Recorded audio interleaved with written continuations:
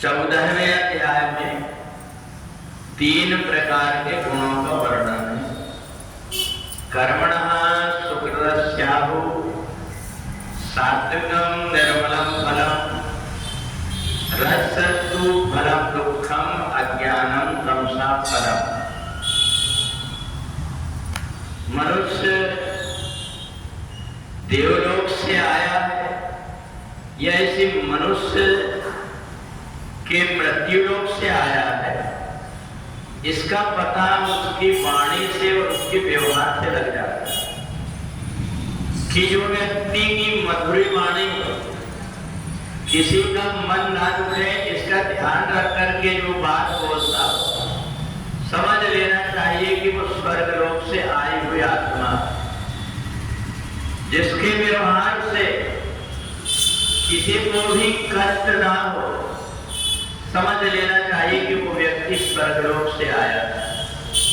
परंतु जिनकी वाणी से दूसरे व्यक्ति को कष्ट होता है, जो ऐसा व्यवहार और आचरण करता है जिससे दूसरे व्यक्ति को तकलीफ हो, समझ लेना चाहिए कि वो व्यक्ति कहीं नरक से या यही कोई जानवर की योनियों से आया हुआ है।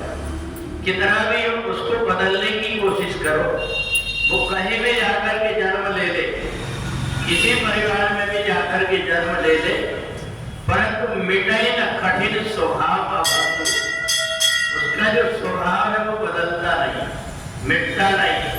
कोयला को अपन कितना भी घिसो वो सफेद हो ही नहीं सकता।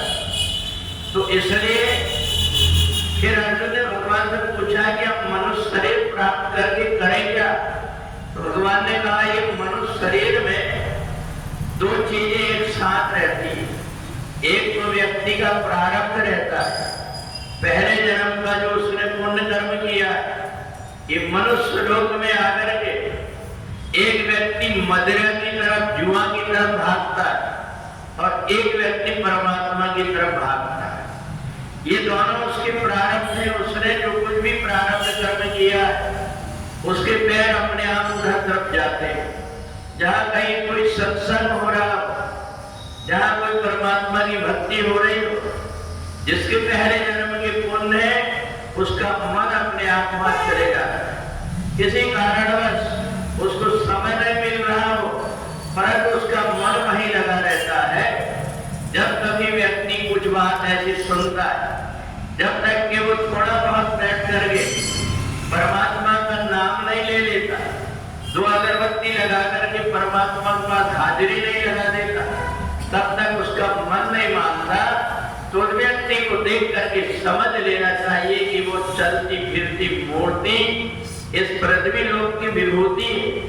उसने पहले जन्म में कोई पुण्य कर्म किया है, उसी पुण्य कर्म के कारण उसका झुकाव परमात्मा की तरफ हो गया। और इसलिए जब पुरुषार्थ और प्रारब्ध दोनों है, तो प्रारब्ध तो हमको भगवान तक खींच करके ले आता है, इसके बाद पुरुषार्थ होता है। हम धीरे धीरे करके जितनी सामर्थ्य दिया है परमात्मा ने, उतने अपने आप के विकारों को दूर करने की कोशिश करो। शाम में बैठ करके थोड़ी देर बैठ करके सोचो कि आज मेरे से गलती क्या हुई।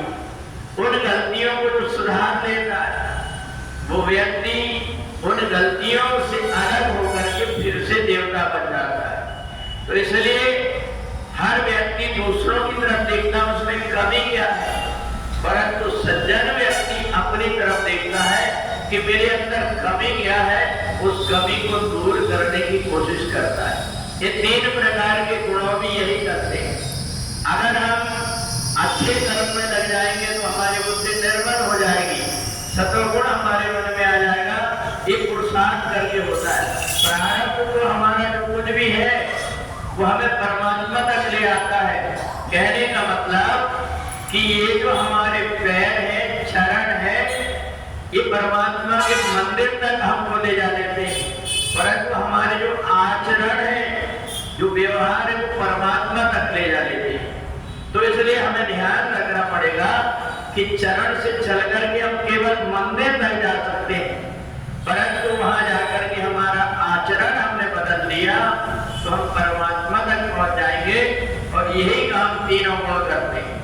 सत्वगुण अगर हमने भगवान की भक्ति करने लगे, सत्संग सुनने लगे, नाम जप करने लगे, तो हमारी बुद्धि निर्मल होकर के परमात्मा में लगने लगेगी और हमारे जीवन में चाहे कोई चीज की कमियों पर आनंद आने लगता है।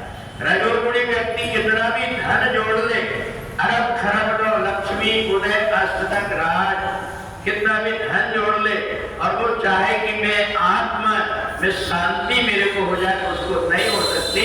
तो रजोगुणी व्यक्ति को जीवन में दुख कई बार आते जाते रहते हैं। और जो तमोगुणी व्यक्ति होता है, जिसका बहुत सारा समय आलस्य में जाता है, कोई कार्य नहीं करना चाहता, उसकी बुद्धि के अंदर अज्ञान का डेरा हो जाता है और वो जो कुछ भी कर्म करता है उसका फल उल्टा ही मिलता है। फिर बार बार वो सिर पीटता है, सो परंत्र दुख पावई सिर धुन धुन बसता है, कालई कर्मई ईश्वरे मिथ्या दोष लगाए। ऐसा व्यक्ति फिर कहीं अपना समय खराब है, कहीं मेरे भाग्य खराब है, ये कह करके दोष देते रहता है। तो इसलिए हमारे व्यवहार, हमारा आचरण, हमारे कर्म हमें सत्वगुण